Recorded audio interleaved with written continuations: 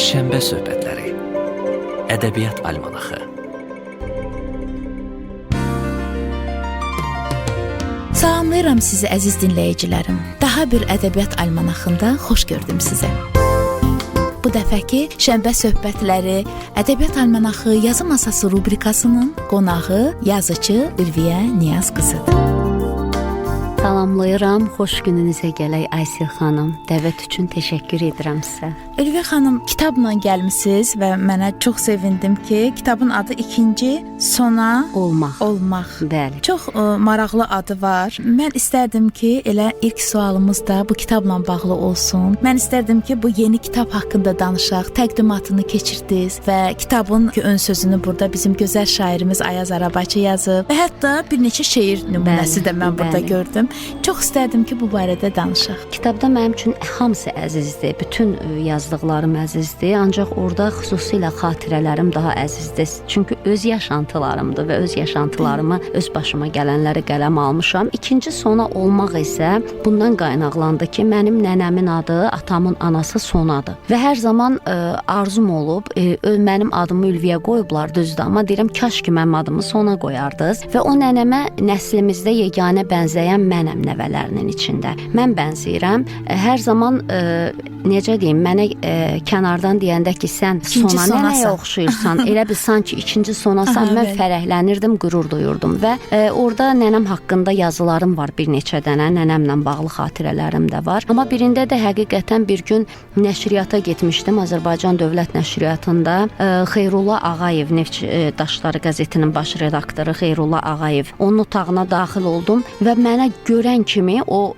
tanıyır mənim nənəmi də, baxdı üzümə dedi, ikinci Sona birbaşa mənə. Və inanın ki, yəni ondan sonra yox, mən artıq qərar verdim ki, yəni ikinci Sona olmaq və Süleyman Abdullah sağ olsun redaktor, o dedi ki, qoy ikinci Sona, elə kitabın adını qoy ikinci Sona olmaq. Yəni ikinci Sona da qoya bilərdik, amma o dedi, sən ikinci Sona deyilsən, amma olmaq sənin içində hər zaman o arzu olub. O zaman qoy o cürədə qalsın.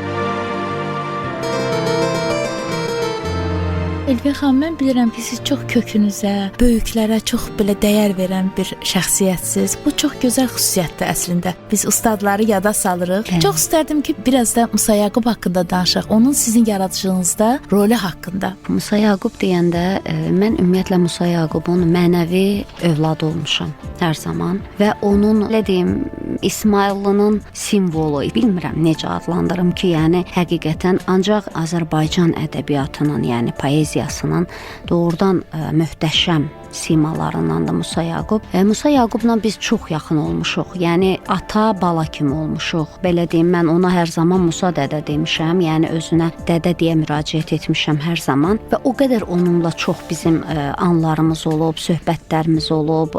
Onun yanında, onun ən xəstə, ən son anlarında belə onun yanında olmuşam və inanın ki, mən ondan böyük həyat dərsi almışam. Tək yazıçılıq, yaradıcılıq üzrə yox, elə ümumi həyat dərsi almışam o insandan və mən xoşbəxtəm ki, Musa Yaqub kimi həqiqətən dahi ustad insanın yanında bax o cür onun bütün həm insani keyfiyyətlərindən, həm yaradıcılığa dair keyfiyyətlərindən bəhrələnmişəm. Onun poeziyasından bəhrələnmişəm. Hətta özümün depressiv, çətin anlarımda belə onun poeziyası mənə dayaq olub. O bir şeir yazıb, o ümid şeiri. Mən o ümid şeirindən yola çıxdım əslində. Musa Yaqubun ümid şeirindən yola çıxmışam və həmən yoldur ki, məni aparır. Həmən ümid şeirindən deyirsən o biganəni alma eyninə. Demə ki, yox məni bir duyan kəsim, mən bir ümid şeiri yazıram sənə. Bu ümid şeirimi dinlə əzizim. Yəni arxası da var, şeirin böyükdür deyə mən söyləmirəm, ancaq yəni o qədər möhtəşəmdir ki şeir. Yəni bax, həmən yol məni gətirib bu günə və Musa Yaqub ümumiyyətlə baxın yazıda bir şeiri var onun, orada qeyd edir, artıq həyatdan köçmüş həyat yoldaşına deyir ki, deyir mən necə gəlim ki sənin yanına, orada atam, anam da yanındadır, onlar duymasınlar. Görün şeirdəki əxlaqa baxın, əxlaqi dəyərə baxın. Yəni hətta artıq o həyatdan köçəndən sonra belə o şeirdə o hissləri, o üstünlüyü, o əxlaqi mənəvi dəyəri qorumaq, yəni bu möhtəşəm bir şeydir və bəhrələnib çox yazırsan. qəribədir ki, bütün yazıçıların, şairlər məktub mövzusuna müraciət edirlər. Hər birinin bir dənə də olsa məktub şeiri var və amma məktub da içdən gəlir. Yəni o məndə hər vaxt alınmır. Yəni hər vaxt onu mən yaza bilmirəm. Ancaq o anda gəlməlidir. O sözlər, o kəlmələr tökülməlidir ki, dil və artıq onu sən qələmə ala biləsən. Ülvi xanım, hansı hekayəniz bax özünüzü əks etdirir? O hekayəni oxuduqda artıq siz özünüz haqqında düşünürsüz və ya öz yaşantılarınızı əks etdirir. Hansı hekayənizdə bu var? Əslində yazıcı, şairə, özünüz də şairəsiz, yazıcısız, gözəl bilirsiniz, bütün yaradıcılığına səpələnir. Yəni birində ifadə etmir tam olaraq, hamısında amma biri onun biraz ona daha yaxın olur var. da. Mənim hekayələrimin, orada xatirələrimdə təbii hamısı özüməm, sırf özüm elə orada da açıq şəkildə yazmışam ki, bu mənim xatirələrimdir və mənə aiddir. Onlarda tam özüməm hamısında. Ancaq bir hekayəmdə qismət işığı var, orada qismət hekayəm var. Orada belə deyim də, həqiqətən oradakı müəllimə obrazı var. O müəllimə obrazındakı elə demək olar ki, mən özüməm. Bax, orada onu qeyd etmişəm. Amma belə hekayələrim, yəni uşaq papışları hekayəm var orada. Çox dərin bir hekayədir. O vaxtda Azərbaycan Ulduz jurnalında dərc olundu. Azərbaycan jurnalında da deyəsən dərc olundu. Ulduzda dərc olunandan sonra Varis Yolçuyev, bəli, yazıcı, o şərh yazmışdı. Yəni o hekayə haqqında o yəqin ki, çox təsirlənmişdi. Yəni necəsə, yəni Varis mənim ümumiyyətlə müasir ədəbiyyatçıları, müasir yazıçıları çox izləyir. Xoşuna gəldiklərini ədəbiyyat incəsənət portalına yerləşdirir. Çox dəyər verir imzalara. Mən həmişə onu qiymətləndirirəm onda. Çünki bəzi yazıçılar ümumiyyətlə hamıya aiddir. O qədər də bir-birlərini oxumurlar, Amma Varis müəllimdə bu çox böyük istedaddır. Çox maraqlıdır və mən imzalara dəyər verir. Sadəcə sən gözləmədiyin halda görürsən ki, belə gözəl bir yazıcı, gözəl qələm sahibi buna rəy bildirib, o haqqda yazıb, təbii ki, insan qanadlanır, insana yaxşı təsir bağışlayır. Uşaq papışlarında qadın fədakarlığının Azərbaycan xanımının, söhbət burada Azərbaycan xanımından gedir. Azərbaycan xanımının üst səviyyədə fədakarlığı təsvir olunubdur. Yoldaşa, ataya, anaya, övlada, bütün bu dəyərlərə olan fədakarlığı gedir əslində. Bir obraz kimi düşünsək, bütün yaradıcılığınızı və yazdığınız yüzlərlə hekayə, esse, publisistika məqaləni, ana xətt kimi orada obraz kimi kim gedir? Mənə elə gəlir ki, qadın obrazı. Qadın daha obrazı çoxdur gedir. sizin əsərlərinizdə. Qadın olduğum üçün, bəli, qadın obrazı. Yox, bəzən olur ki, elə qadınlar da nə xəyali bir, nə bilim, nəsə bir qəhrəman uydururlar və yaxud sevgi haqqında yazırlar. Yəni bu çoxdur da mövzular. Mən yalan deyə bilmərəm, onu edə bilmirəm. Kişi olmadığım üçün. Çünki onların psixologiyası, onların baxış prizması fərqli olduğu Amma üçün. Amma sizdə elə bir fədakar qadın obrazı. Məsələn, mən sizin yazılarınızdan maraqlanmışam, verilişə də hazırlayanda. Fikir verirəm ki, bir fədakar qadın obrazıdır. Sanki əzabkeş, məsələ bir yol, mənim gözümün önünə məsələn belə bir obraz gəlir. O yol gedir, yıxıla dura belə. Yəni bu qadın obrazı xətti keçir. Bütün yazıçılara aid deyil. Biz deyirik, qadınlardan çox yazırlar, amma baxıb görürsən ki, heç o əsərlər qadını təsvir etmir. Onun əzabını təsvir edə bilmir. Amma sizdə bu alınır. Yəni bu nədən irəli gəlir görəsən? Bu siz görürsünüz nənənizə bağlı olmusunuz. Bəlkə bu böyüklərə bağlı soyuma çox bağlıyam. Onu mən öncədən deyim və mən həddən artıq sevmişəm. Yəni nənə, baba və mən indi də rayona gedəndə, kəndimizə gedəndə mən otururam yaşlı insanların əhatəsində. Onlarla söhbət etmək mənə ruhi, mənəvi dinclik verir. Mən çox şeyləri, suallar verirəm onlara, öyrənirəm və onları sevməyi, onlara vaxt ayırmağı sevirəm. Çünki onların da buna ehtiyacı var və yenə deyirəm ki, yaşlı insanlarla ünsiyyətdə olmağı sevirəm. Ümumiyyətlə sevirəm onları. Ümumiyyətlə yaşlı insanları da çox sevirəm. Əslinə qalanda bu həyatda ən çox ünsiyyətdə olmaq istədiyim yaşlılar və uşaqlardır. Yəni həqiqətən orta o qədər mənə maraqlı olmur və çünki onlarda ruhi, o mənəvi dincliyi tapıram və həm də öyrənirəm.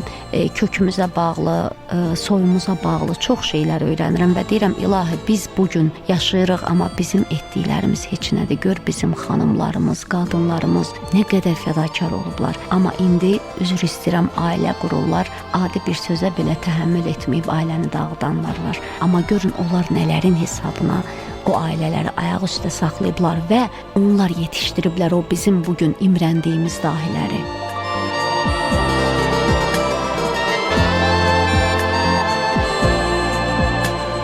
Bilmirəm də söhbətimiz nə qədər alındı, amma bizim verilişin formatı var. Artıq sonlara yaxınlaşırıq. Nə sözünüz varsa buyurun və Azərbaycan ədəbiyyatından indiki yeni yazmağa başlayan gənclərə nə tövsiyəniz varsa verə bilərsiniz və indi texnologiyanın bu cür inkişaf etdiyi dövrdə Azərbaycan ədəbiyyatını necə görmək istəyirsiniz? Azərbaycan ədəbiyyatında nəyi dəyişdirsək biz daha fərəhlə, daha gözəl addımlaya bilərik bu barədə? Yazarkən gənc yazarlarımız Azərbaycanlı olduqlarını unutmasınlar.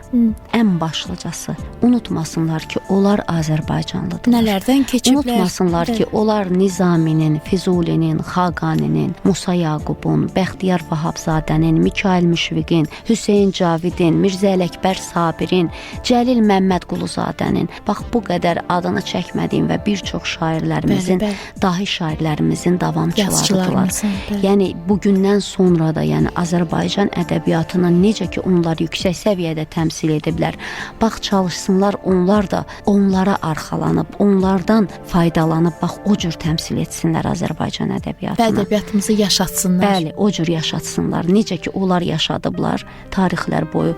Qoy gənc yazarlarımız da onlar kimi yaşatsınlar. Çox sağ olun, Ülviyə xanım, bugün verilişimizin qonağı oldunuz. Mən sizə minnətdaram, təşəkkür edirəm. Beləliklə, Ədəbiyyat Almanaxında Şənbə söhbətlərinin yazı masası rubrikasında bu dəfəki qonağımız gözəl yazıçımız Ülviyə Niyaz qızı idi.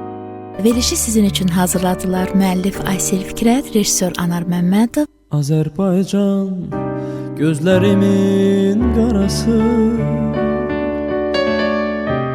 Azərbaycan həyatımın mənası. Nə deyim ki, layiq olsun vəsfinə, ey vətənim, anaların anası. Azərbaycan anaların anası,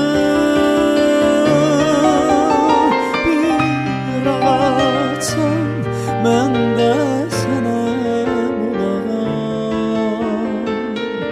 bir budaqsan sənə yarpağam, bir nəğməsən mən də hər an, hər zaman o nəğməyə möhtac dodağam.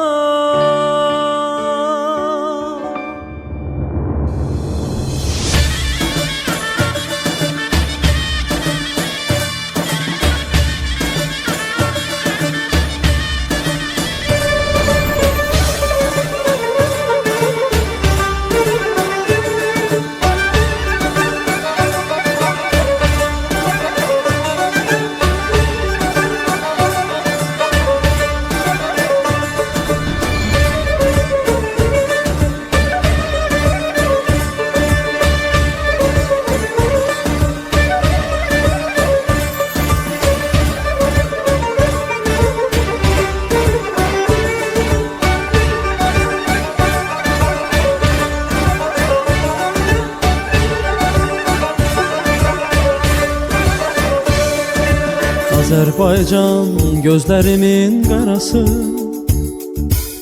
Azərbaycan həyatımın mənası. Nə deyim ki, layiq olsun vəsfinə, ey vətənim, anaların anası. Azərbaycan anaların anası, bir ağacsan mən də sənə budağam, bir budaqsan sənə yarpağam, bir nəğməsən mən də hər an, hər zaman o nəğməyə möhtac dodağam. Torpağını geynərəm əynimə, kür arazı axıdaram könlümə, Xəzərimi məlhəm edib gələrəm, gələrəm, ey vətənim deyə olsa könlünə. Torpağını geynərəm əynimə, kür arazı axıdaram könlümə,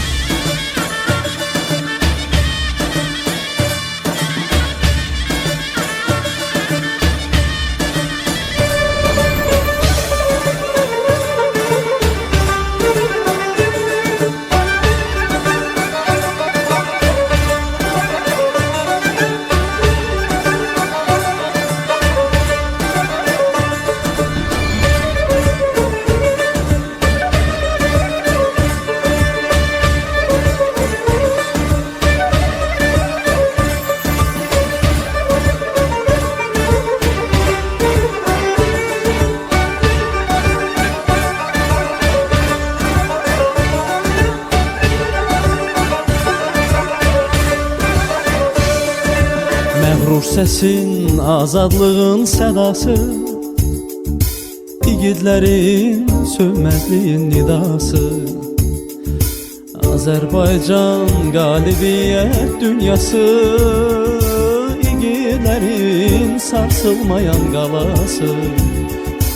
Azərbaycan anaların anası, bir ağaçsan mən də sənə budağam, bir budaqsan sənə yarpağam. Bir nəğməsən mən də hər an hər zaman, o nəğməyə möhtac dodağam. Torpağını geyinərəm əynimə, Kür arazı axıdaram könlümə, Xəzərimi məlhəm edib gələrəm, gələrəm, ey vətənim deyən olsa könlünə.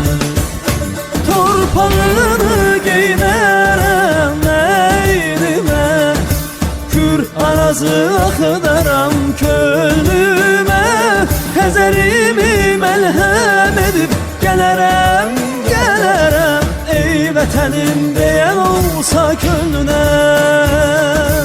Ey vətənim deyən olsa könlünə, ey vətənim deyən olsa könlünə.